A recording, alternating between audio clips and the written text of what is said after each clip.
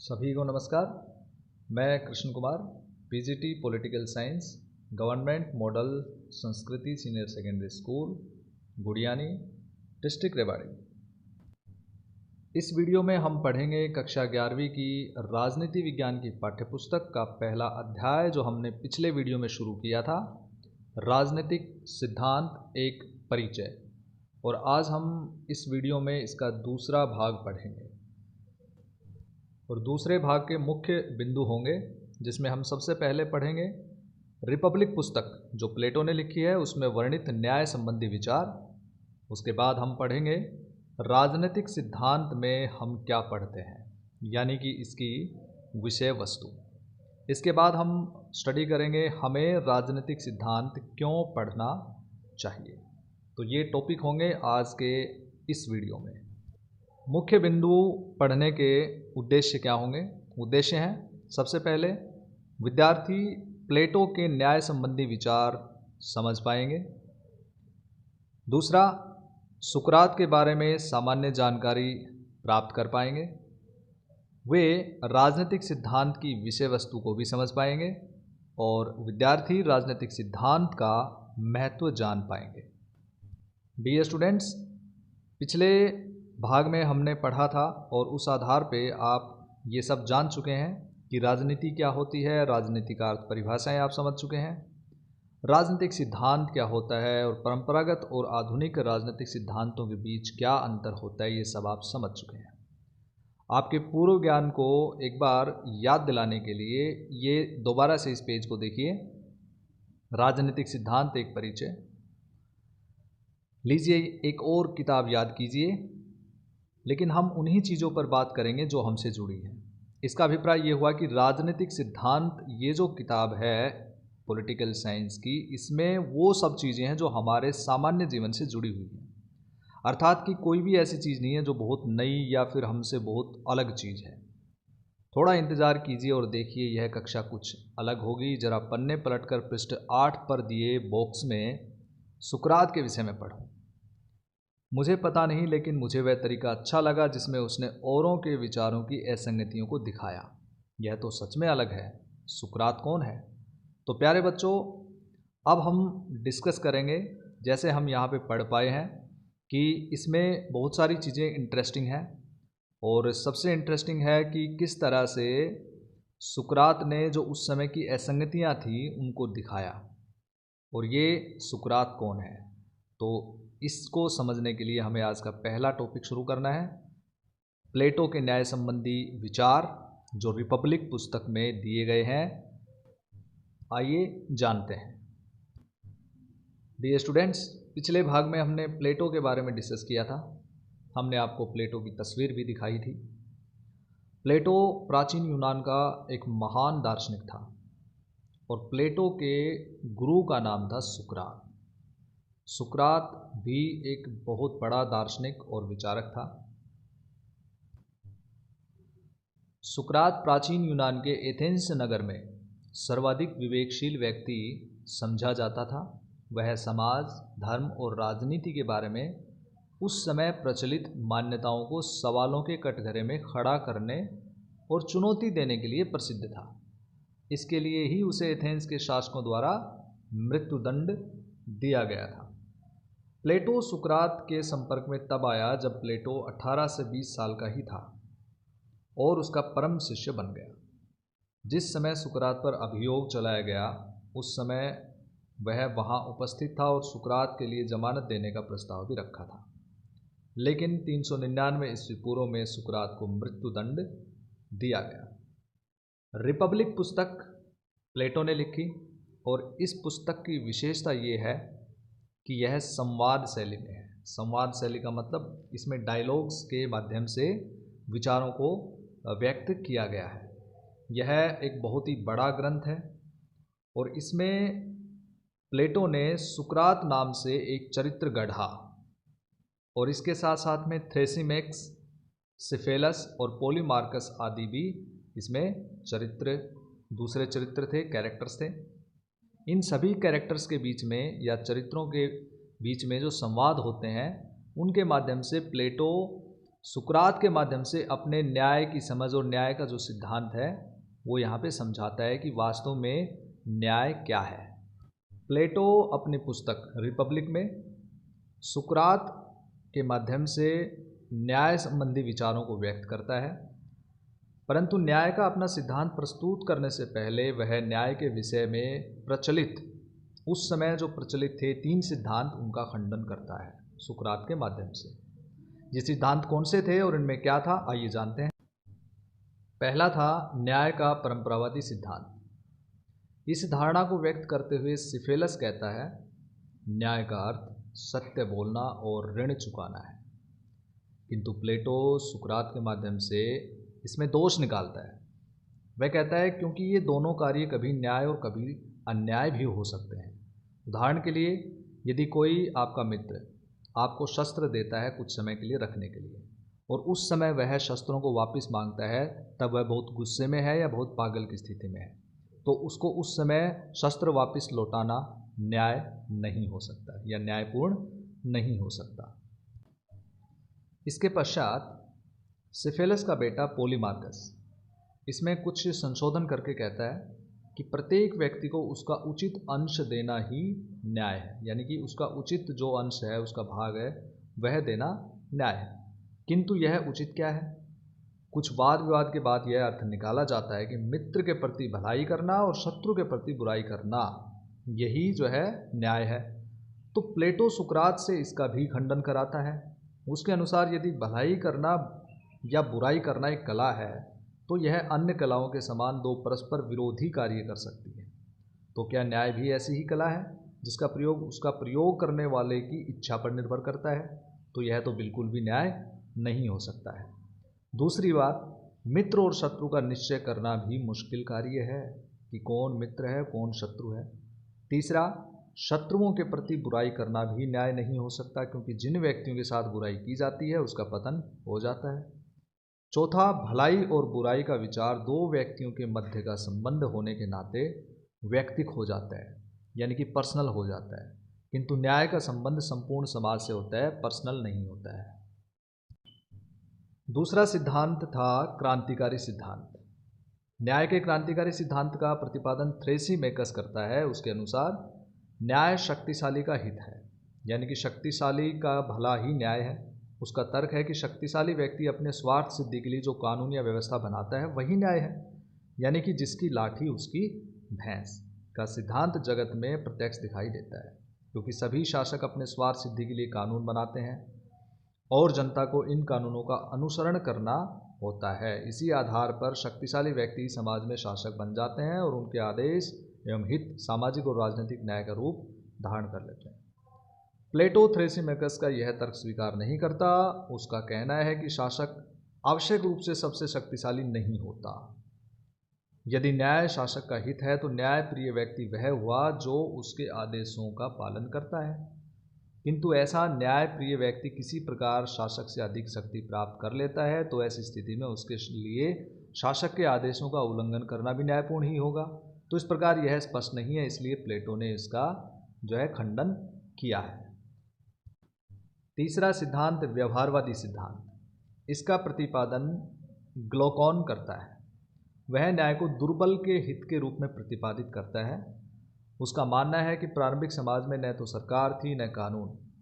इस अवस्था में बहुसंख्यक दुर्बल व्यक्ति शक्तिशाली व्यक्तियों के आचरण से पीड़ित थे और इससे दुखी होकर दुर्बल व्यक्तियों ने आपस में एक समझौता किया और जिसके माध्यम से सरकार और कानून स्थापित किए गए और इस प्रकार एक न्यायपूर्ण समाज की स्थापना हुई।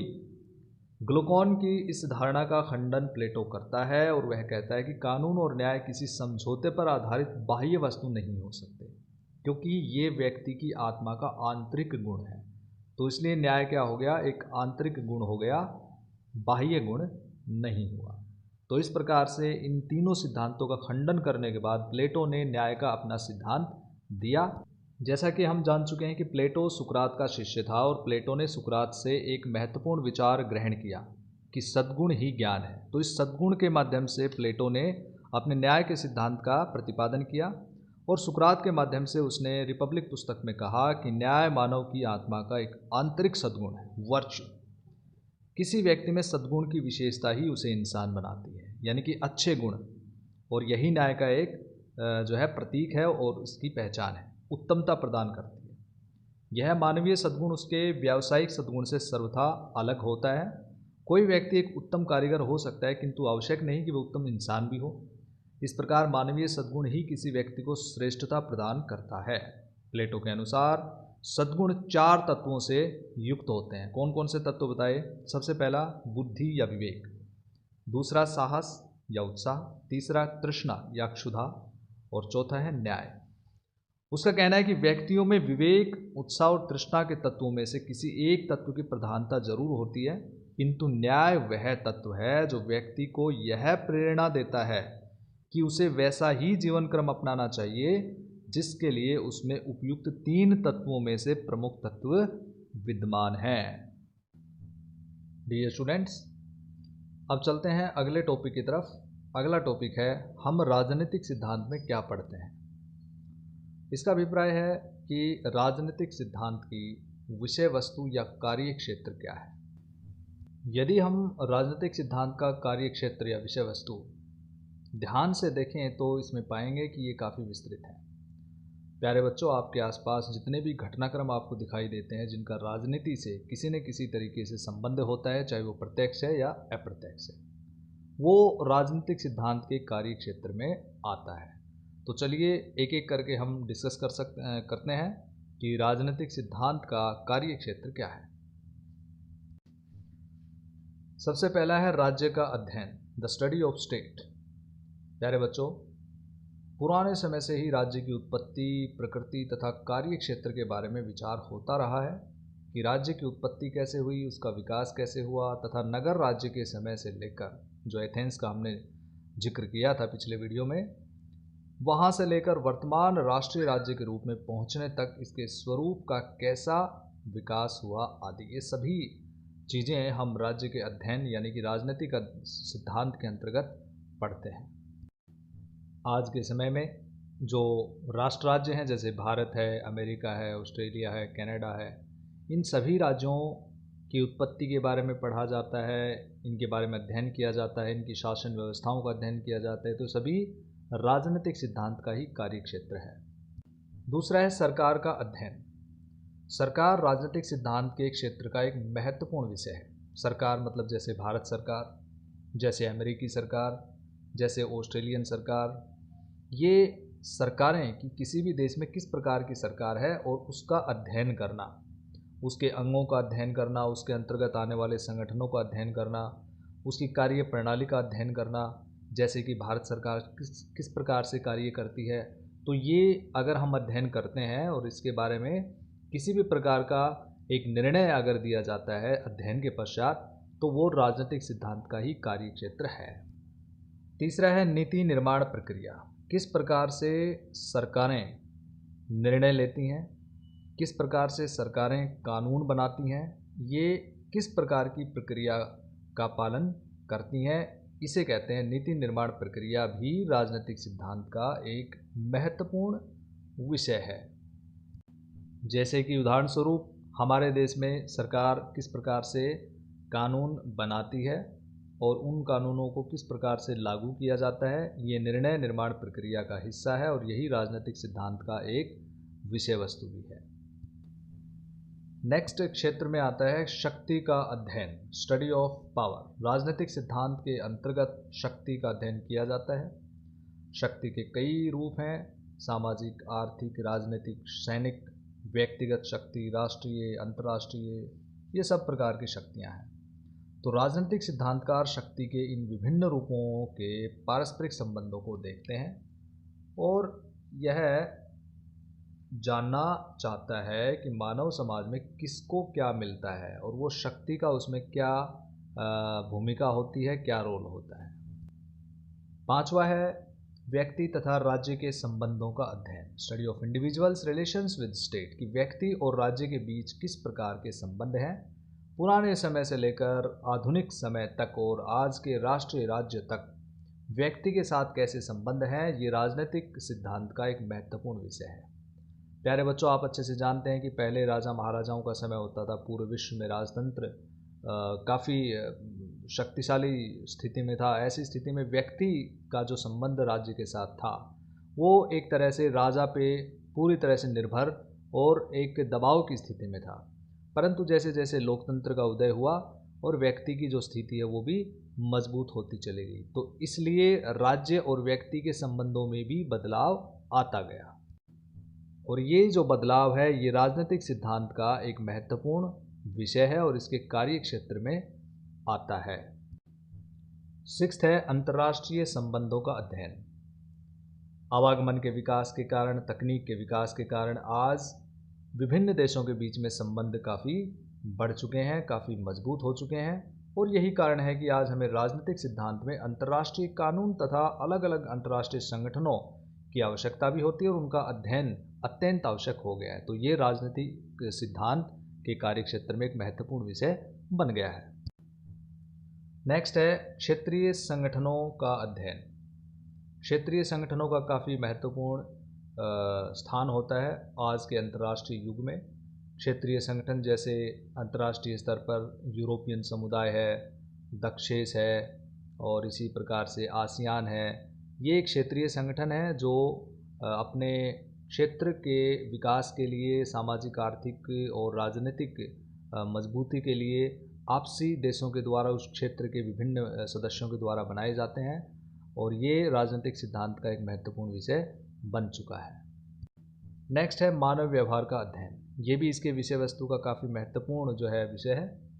मानव व्यवहार का अध्ययन इसलिए आवश्यक है क्योंकि व्यक्ति जो भी कुछ करता है उसको वो जो है वो राजनीति को प्रभावित करता है। उसकी जो गतिविधियां हैं वो राजनीतिक व्यवहार को प्रभावित करती हैं और राजनीतिक व्यवहार राजनीतिक सिद्धांत का महत्वपूर्ण विषय, इसलिए मानव व्यवहार का अध्ययन करना अत्यंत आवश्यक है। प्यारे बच्चों, राजनीतिक सिद्धांत का विषय वस्तु काफ़ी विस्तृत है। इनके अलावा हम स्वतंत्रता, समानता, न्याय के आदेशों की समीक्षा भी करते हैं, नारीवाद का अध्ययन भी करते हैं, इसमें शक्ति सिद्धांत का भी इसमें अध्ययन किया जाता है और विकास, आधुनिकीकरण और पर्यावरण की समस्याएं भी इसके विषय वस्तु में या कार्य क्षेत्र में शामिल होते हैं। अगला टॉपिक है हमें राजनीतिक सिद्धांत क्यों पढ़ना चाहिए या राजनीतिक सिद्धांत का क्या महत्व है। महत्व को जानने के लिए हमें निम्न बिंदुओं का अध्ययन करना होगा। तो आइए शुरू करते हैं। सबसे पहला है भविष्य की योजना बनाना संभव। प्यारे बच्चों, जैसे हमने देखा कि राजनीतिक सिद्धांत में विभिन्न प्रकार की समस्याओं का अध्ययन किया जाता है और साथ में उन समस्याओं का समाधान भी ढूंढने का प्रयत्न किया जाता है। जैसे हमने प्राचीन यूनान के जो विचारक थे उनके बारे में अध्ययन किया कि सुकरात ने कुछ समस्याएं देखी, फिर उसके बाद उन्होंने समाधान दिया। प्लेटो ने भी इसी प्रकार से समस्याएं देखी, फिर उन्होंने समाधान दिया। इसी प्रकार से अन्य विचारकों के बारे में हमने पढ़ा, रूसो के बारे में पढ़ा, पिछले वीडियो में मैकियावेली के बारे में पढ़ा। तो इससे क्या होता है कि समकालीन विचारक राजनीतिक सिद्धांत के द्वारा वो विभिन्न प्रकार की समस्याओं का अध्ययन करते हैं और उसके बाद वो समाधान ढूंढते हैं जिससे भविष्य की योजना बनाई जा सकती है। दूसरा है वास्तविकता को समझने का साधन। राजनीतिक सिद्धांत यथार्थ को जानने का एक महत्वपूर्ण साधन है। इससे हमें यथार्थ यानी कि वास्तविकता यानी कि सच्चाई का पता लगता है। सिद्धांत शास्त्री सिद्धांत का निर्माण करने से पहले समाज में विद्यमान सामाजिक, आर्थिक व राजनीतिक परिस्थितियों का और समाज की इच्छाओं का, आकांक्षाओं का अध्ययन भी करता है और उन्हें उजागर भी करता है। तो ये यथार्थ को जानने का एक प्रयत्न होता है जिसमें अंधविश्वास, कुरीतियाँ और विभिन्न प्रकार की बुराइयों से हम छुटकारा पा सकते हैं। और तीसरा महत्व है अवधारणा के निर्माण की प्रक्रिया संभव हो जाती है, यानी कि process of the concept of construction possible. जैसे कि हम राजनीतिक सिद्धांत में किसी भी पक्ष का अध्ययन करते हैं तो उस अध्ययन के बाद हम एक निर्णय पर पहुंचते हैं। तो इसका मतलब ये होता है कि एक अवधारणा जन्म लेती है। तो ये होता है अवधारणा के निर्माण की प्रक्रिया, इससे संभव हो जाती है। किसी राजनीतिक घटना को लेकर उस पर विभिन्न विचारों को इकट्ठा करता है और उनका विश्लेषण करता है, जिसके बाद एक अवधारणा के निर्माण की एक प्रक्रिया सामने आती है। अगला महत्व है समस्याओं के समाधान में सहायक। It is very useful in solving problems. प्यारे बच्चों, जैसे हमने अभी अध्ययन किया कि राजनीतिक सिद्धांत के द्वारा हम समस्याओं का अध्ययन करते हैं और भविष्य की योजना संभव हो जाती है। तो ये किस प्रकार से संभव होती है? ये तभी संभव हो पाती है जब हमें वर्तमान की समस्याओं का पता होगा और हम उनका समाधान ढूंढेंगे या प्राप्त कर लेंगे। तो समाधान के पश्चात ही हम भविष्य के लिए तैयार हो सकते हैं। इसलिए राजनीतिक सिद्धांत के अंतर्गत हम विभिन्न समस्याओं का अध्ययन करने के साथ साथ उनका समाधान ढूंढने का प्रयत्न करते हैं। अगला महत्व है सरकार या शासन को औचित्य प्रदान करना। राजनीतिक सिद्धांत का एक और महत्व है, सरकार को औचित्य प्रदान करता है। कोई भी सरकार या शासन केवल आतंक के आधार पे या भय के आधार पर अधिक समय तक नहीं चल सकती।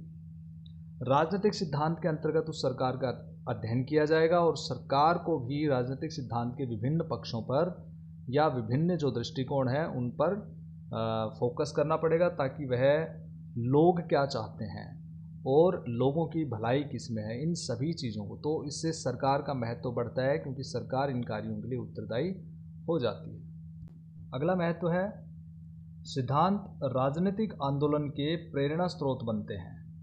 ये पुराने समय से चलता रहा है कि राजनीतिक सिद्धांत जो हैं वो किसी भी प्रकार के राजनीतिक आंदोलन के लिए एक प्रेरणा बन जाते हैं। जैसे भारत में गांधी जी द्वारा चलाए गए राष्ट्रीय आंदोलन के पीछे देशवासियों का समर्थन उस विचारधारा के कारण था जो सत्य और अहिंसा के आधार पर आधारित था। इसी प्रकार प्लेटो, अरस्तु, Chanakya, John Locke, Montesquieu, Mahatma Gandhi, जैसे हमने डिस्कस किया अभी, कार्ल मार्क्स, एंगल्स जैसे विचारकों की जो पुस्तकें थी उनमें उस समय की परिस्थितियों के संबंध में जो प्रश्न उन्होंने उठाए उनका आज भी काफ़ी महत्व है। इसी तरह से 20वीं शताब्दी में इस कार्य के लिए Graham Wallas, Laski, MacIver, Charles Merriam, Robert Dahl, David Easton आदि के नाम उल्लेखनीय हैं। और नेक्स्ट पॉइंट है जिसमें हम अगले महत्व को पढ़ रहे हैं, सामाजिक परिवर्तन को समझने में सहायक। किसी भी प्रकार का अध्ययन, चाहे वो राजनीति पर प्रत्यक्ष रूप से किया गया है या फिर अप्रत्यक्ष रूप से, वो सामाजिक परिवर्तन को समझने में अत्यंत सहायक होता है। और यह बात विभिन्न उदाहरणों से हम समझ सकते हैं। किसी भी प्रकार का जो अध्ययन होता है, जो विचार या दार्शनिक लोग करते हैं, जो अपनी विचारधारा देते हैं, तो वो उस समाज के अनुसार होती है। इसका मतलब है कि उसको प्राचीन या उससे पहले के जो विचारक हैं उनकी विचारधारा से अगर हम तुलना करें तो तुलनात्मक रूप से हम उस परिवर्तन को समझ सकते हैं। इसी प्रकार से सामाजिक परिवर्तन को समझा जा सकता है। इसके बाद है स्पष्टता प्राप्त करना। राजनीतिक सिद्धांत से वैचारिक तथा विश्लेषणात्मक स्पष्टता हमें मिलती है और ये काफ़ी महत्वपूर्ण होता है। इसके बाद राजनीतिक सिद्धांत की राजनीतिज्ञों, नागरिकों तथा प्रशासकों के लिए काफ़ी उपयोगिता होती है, क्योंकि इस प्रकार के अध्ययनों से उन्हें विशेषतः जो प्रशासक होते हैं, नागरिक होते हैं या फिर राजनीतिज्ञ होते हैं, एक मार्गदर्शन मिलता है कि उनको किस प्रकार से कार्य करना चाहिए, किस प्रकार की विचारधारा अनुकूल रहेगी, किस प्रकार की प्रतिकूल रहेगी। तो प्यारे बच्चों, इस प्रकार से हमने अध्ययन किया कि हमें राजनीतिक सिद्धांत क्यों पढ़ना चाहिए और इसका क्या महत्व है। तो आज के वीडियो की तीनों टॉपिक या बिंदु पढ़ने के बाद हम एक बार पाठ की दोहराई करते हैं। आज के वीडियो में हमने क्या पढ़ा? सबसे पहले हमने रिपब्लिक पुस्तक के बारे में पढ़ा। जैसे कि हमने डिस्कस किया कि रिपब्लिक एक बहुत बड़ा ग्रंथ है जो प्लेटो ने लिखा है और इस पुस्तक की विशेषता है कि संवाद शैली में लिखा हुआ है। और प्लेटो ने यहाँ पे संवाद शैली में लिखते हुए मुख्य रूप से न्याय पर यहाँ विशेष चर्चा की है और सुकरात नाम का एक चरित्र उन्होंने गढ़ा जो उनके गुरु थे और उनके माध्यम से अपने न्याय के विचार उन्होंने इस पुस्तक में दिए हैं और न्याय का सही जो रूप है और सही जो अर्थ है उन्होंने बताया कि ये आंतरिक गुण है और ये सद्गुण पर आधारित है। इसके बाद हमने अध्ययन किया कि राजनीतिक सिद्धांत का विषय वस्तु क्या है, इसका कार्य क्षेत्र क्या है, यानी कि हम राजनीतिक सिद्धांत में किस किस चीज़ का अध्ययन करते हैं। तो हमने देखा कि इसका जो क्षेत्र वो काफ़ी विस्तृत है और इसमें अनेक प्रकार के पक्षों का अध्ययन किया जाता है। और उसके बाद हमने पढ़ा कि राजनीतिक सिद्धांत हमें क्यों पढ़ना चाहिए या इसका महत्व क्या है।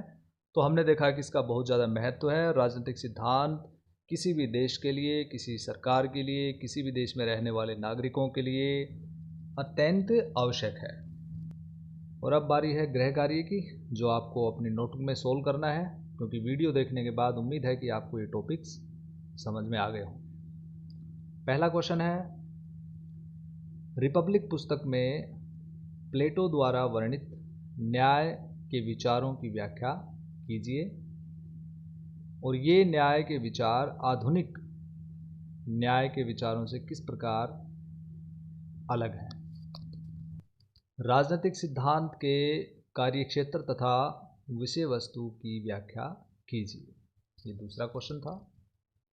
और तीसरा है, राजनीतिक सिद्धांत का क्या महत्व है, उदाहरण सहित विवेचना कीजिए। डियर स्टूडेंट्स, ये था पॉलिटिकल साइंस का पहला चैप्टर जिसका नाम था राजनीतिक सिद्धांत एक परिचय। अगले वीडियो में नेक्स्ट चैप्टर स्वतंत्रता के साथ फिर उपस्थित होंगे। Thank you, have a nice day.